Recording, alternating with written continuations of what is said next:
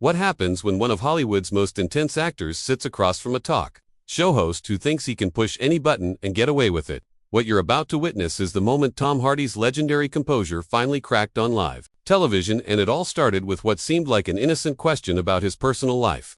Before we dive into this explosive confrontation that had the entire studio audience sitting in stunned silence, make sure you hit that subscribe button and drop a comment below, because this story will have you questioning everything you thought you knew about late-night television.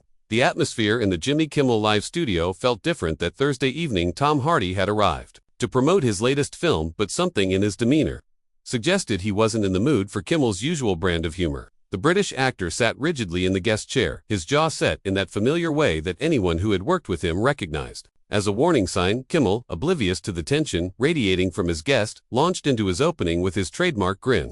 "So Tom, I've got to ask you about something that's been making headlines. There are rumors swirling about your personal relationships, and I know our audience would love to hear the real story straight from you." Hardy's eyes narrowed slightly, but his voice remained controlled. "Jimmy, I'm here to talk about the film. Let's focus on that, shall we?" "Oh, come on," Kimmel pressed, leaning forward with that predatory smile that had made countless celebrities uncomfortable. "Over the years, you can't expect to keep everything private when you're in the public eye. The tabloids are saying some pretty interesting things about your marriage. Care to set the record straight?" The studio audience shifted uncomfortably as Hardy's silence stretched on. When he finally spoke, his voice carried an edge that made everyone present sit up a little straighter. "I said I'm here to discuss my work. My personal life is exactly that, personal." Kimmel chuckled, but there was something calculated about it. "You know, for someone who plays such tough guys on screen, you seem pretty sensitive about a simple question." "I mean, it's not like I'm asking for state secrets here." Sensitive, Hardy repeated, his accent thickening the way it always did when his temper began to flare. "No, Jimmy, I'd call it having boundaries. Something you might want to look into." The talk show host's smile faltered for just a moment before returning full force. "Wow, okay, someone's having a bad day. Maybe we should talk about your method acting instead. I heard you stayed in character for months while filming your latest role. That must have been tough on everyone around you." Hardy's hands, which had been resting calmly on the armrests of his chair, slowly clenched into fists. "What exactly are you implying?" "Nothing. Nothing at all," Kimmel said with false innocence. "I'm just saying that some people in Hollywood have mentioned how shall we say intense you can be to work with. There are stories about you being difficult on set, demanding, maybe even a little unstable when you get too deep into a character." The temperature in the studio seemed to drop several degrees. Hardy leaned forward, his voice barely above a whisper, but somehow more menacing than if he had shouted unstable. "Is that what you just called me on national television?" Kimmel's producer frantically gestured from behind the cameras, but the host was too caught up in what he perceived as good television to back down. "Hey, I'm just repeating what I've heard. You know how this town loves to talk. Maybe if you were a little more open about your process, people wouldn't have to speculate." "My process," Hardy said slowly, "is none of your business, and neither is my personal life, my marriage, or anything else that doesn't directly relate to the film I came here to promote. But since you seem so interested in difficult behavior, let me ask you something, Jimmy." The host's confident expression began to waver as Hardy continued. "How many guests have walked off your show? How many celebrities have specifically requested not to appear here because of exactly this kind of ambush journalism disguised as entertainment?" "I don't know what you're talking about," Kimmel protested, but his laugh sounded forced. "Now we're just having a conversation." "A conversation?" Hardy's voice rose slightly, and several audience members actually flinched. "You call this a conversation? You've spent the last 10 minutes trying to bait me into giving you some kind of dramatic reaction for your cameras. You've questioned my professionalism, my mental stability, and my personal relationships, all while hiding behind that plastic smile of yours." The studio had fallen completely silent, except for the hum of cameras still rolling. Kimmel looked genuinely rattled for the first time in years. "Tom, I think you're overreacting a bit here." "Overreacting?" Hardy stood up from his chair, his full presence suddenly dominating the small stage. "You want to see overreacting? You want to see the unstable method actor everyone's supposedly talking about?" Kimmel instinctively leaned back in his chair. "Tom, let's just take a breath here." "No, Jimmy, let's not. Let's talk about what you really do here night after night. You invite people onto your show under the pretense of promoting their work. Then you spend your time trying to humiliate them for the entertainment of your audience. You dig into their personal lives, you repeat gossip and rumors as if they're facts, and you act like it's all just harmless fun." The host tried to regain control of the situation. "Look, this is live television. Things can get a little heated sometimes, but there's no need to." "There's no need to." What? Hardy interrupted, his voice now carrying the full weight of his theatrical training. "There's no need to call out a bully when I see one.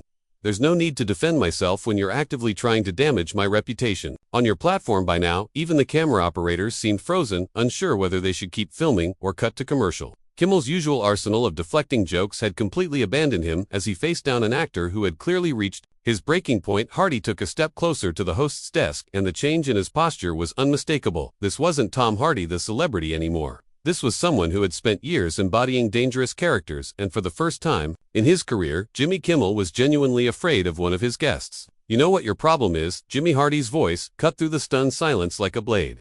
"You've been doing this for so long that you've forgotten these are real people sitting across from you, not just content for your show." Kimmel tried to force another laugh, but it came out as more of a nervous cough. "Tom, I think maybe we should take a commercial break." "And no," Hardy said firmly, placing both hands on the desk and leaning forward until he was eye level with the host. "We're not taking a break. You wanted to have this conversation on live television, so let's have it.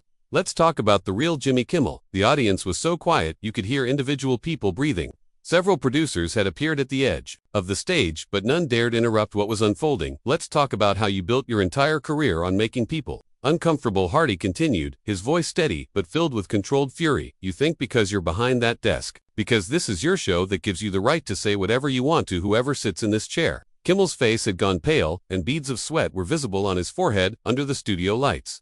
"Tom, this is just entertainment, people. Expect a certain level of entertainment." Hardy's laugh was humorless and harsh. "Is that what you call it when you spend 20 minutes trying to get someone to break down on camera? When you dig into their personal trauma and family issues for laughs? That's your idea of entertainment?" The host looked desperately toward his producers, but they seemed as frozen as everyone else. "I never meant to offend you if I crossed a line. If you crossed a line." Hardy straightened up his full height, now towering over the seated host. "Jimmy, you didn't just cross a line, you obliterated it. You've spent this entire interview trying to provoke me. And now that you're getting a reaction, you want to back down." Kimmel's voice cracked slightly as he tried to respond. "Look, maybe we got off on the wrong foot here. Why don't we start over? Talk about your movie."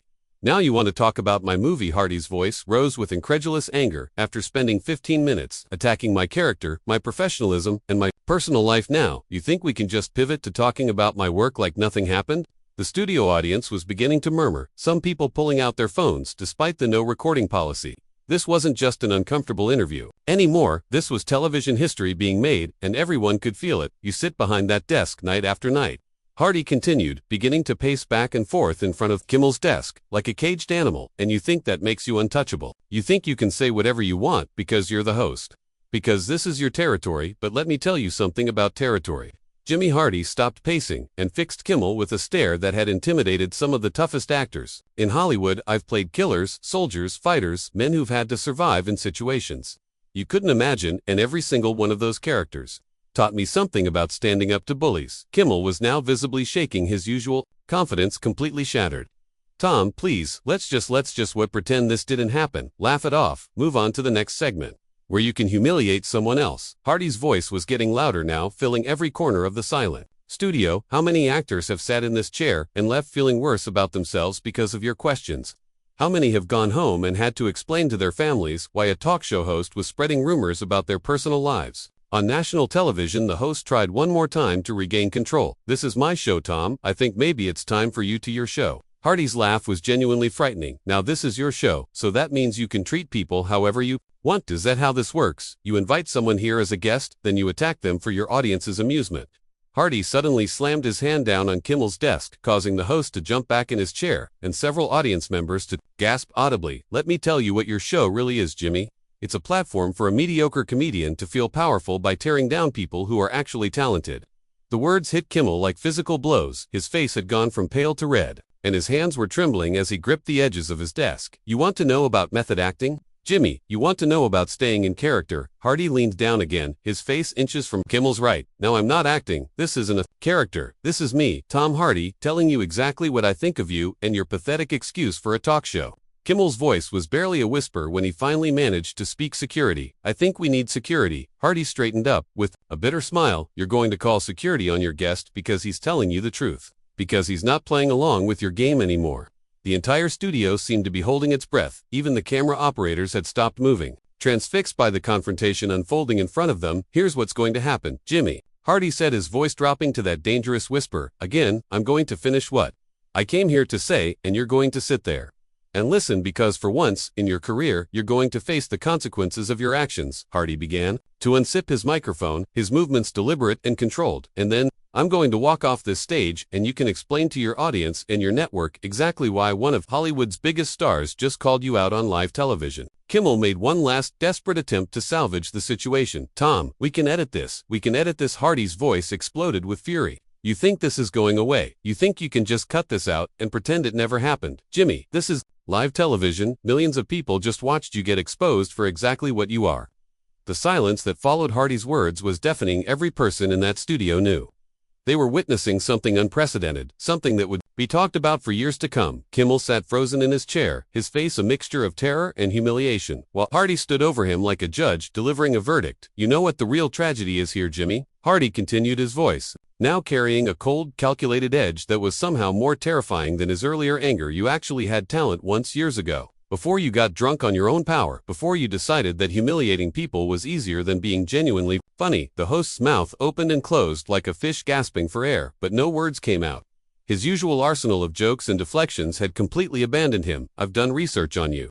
Jimmy, did you know that before I agreed to come on this show, I watched hours of your interviews. I saw how you treat different guests differently. The A-list celebrities, the ones with real power in this industry, you kiss their asses, you laugh at their jokes. You nod along with their stories, you make them feel comfortable and welcome. Hardy began pacing again, but this time his movements were more controlled, like a predator circling its prey. But the lesser-known actors, the ones trying to make it, the ones who need the exposure more than you need them, those are the ones you go after. Those are the ones you try to break down for entertainment. Several audience members were now openly recording with their phones, and the producers had given up trying to stop them. This was going to be all over social media within minutes anyway. And you know what's even worse? Hardy stopped directly in front of Kimmel's desk again. You've created an entire culture around this behavior. Other hosts copy you, thinking this is what good television looks like. You've made cruelty fashionable in late-night television. Kimmel finally found his voice, though it came out as barely more than a croak. Tom, I never meant for any of this to hurt anyone, to damage careers, to make people afraid to do interviews. Hardy's voice cut through Kimmel's attempted apology like a sword. You never meant for it to happen, but you kept doing it anyway, didn't you? Because it got ratings, because it got laughs, because it made you feel powerful. The host tried to stand up, perhaps thinking he could somehow regain control of the situation, but Hardy's presence seemed to pin him to his chair. Please, can we just sit down, Jimmy? Hardy's voice carried such authority that Kimmel immediately sank back into his seat. I'm not finished. The studio audience was completely riveted now, some leaning forward in their seats as if they were watching a thriller movie instead of a talk show. The normal sounds of a television production, the shuffling of papers, the quiet conversations between crew members had all stopped completely. Do you want to know what really makes me angry about all this? Hardy asked, his voice dropping to that dangerous whisper again. It's not just that you tried to humiliate me tonight. It's that you do this to people who can't fight back, young actors who are just starting out, who are so grateful for any publicity that they'll sit there and take whatever abuse you dish out. Hardy suddenly grabbed the back of the guest chair and spun it around to face the audience. Ladies and gentlemen, let me tell you what you just witnessed here tonight. You saw a talk show host try to destroy someone's reputation for entertainment, and when that person fought back, you saw him crumble like the coward he really is. The audience was completely silent, unsure whether they should applaud, cheer, or just sit in stunned amazement. Many of them looked as shocked as Kimmel himself. This man, Hardy gestured toward the host, without even looking at him, makes millions of dollars a year to sit behind that desk and attack people who come here as his guests.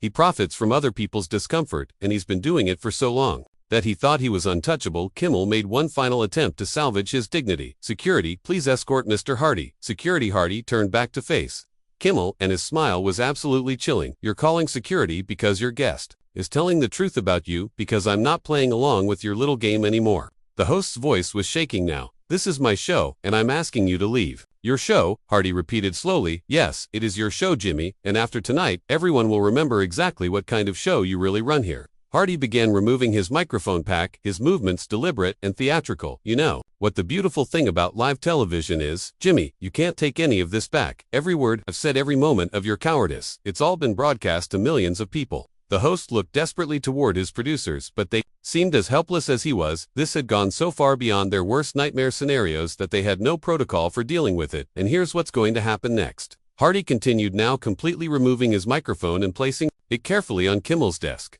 I'm going to walk off this stage, and you're going to have to sit there and explain to your audience why one of Hollywood's most respected actors just called you a bully and a coward on your own show. Hardy took a stepped back from the desk, and for the first time since the confrontation began, Kimmel seemed to find some of his voice. This is unprofessional behavior. Tom, you've embarrassed yourself tonight. Hardy's laugh was sharp and bitter. I've embarrassed myself. Jimmy, I just stood up to a bully who's been hiding behind his desk for years, terrorizing guests who couldn't fight back. If that's embarrassing, then I'll wear that embarrassment as a badge of honor. The actor turned to address the audience directly, his voice now carrying the full power of his theatrical training. Ladies and gentlemen, you all came here tonight expecting to see a typical talk show interview. Instead, you witnessed something much more important.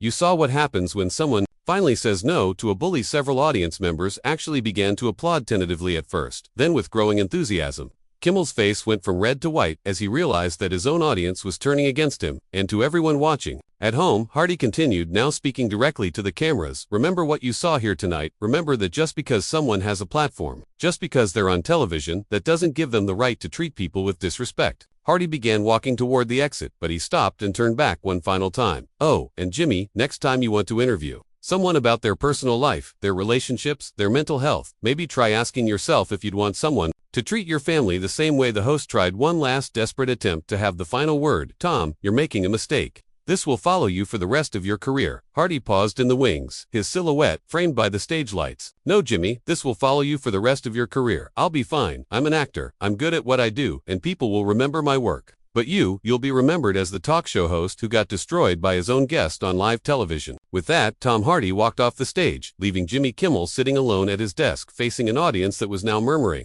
and whispering among themselves and cameras that were still rolling on his moment of complete professional humiliation. The host sat there for several long seconds, his mouth opening and closing as he struggled to find words that could somehow salvage the situation. But there were no words, there was no joke that could deflect this moment, no commercial break that could erase what had just happened. Finally, in a voice barely above a whisper, Kimmel looked into the camera and said, "We'll be right back after this break." But everyone in that studio, everyone watching at home, knew that nothing would ever be quite the same again. What did you think of this explosive confrontation? Have you ever seen a celebrity completely lose it on a talk show host like this before? Drop your thoughts in the comments below and make sure to subscribe for more incredible stories from Hollywood's most shocking moments.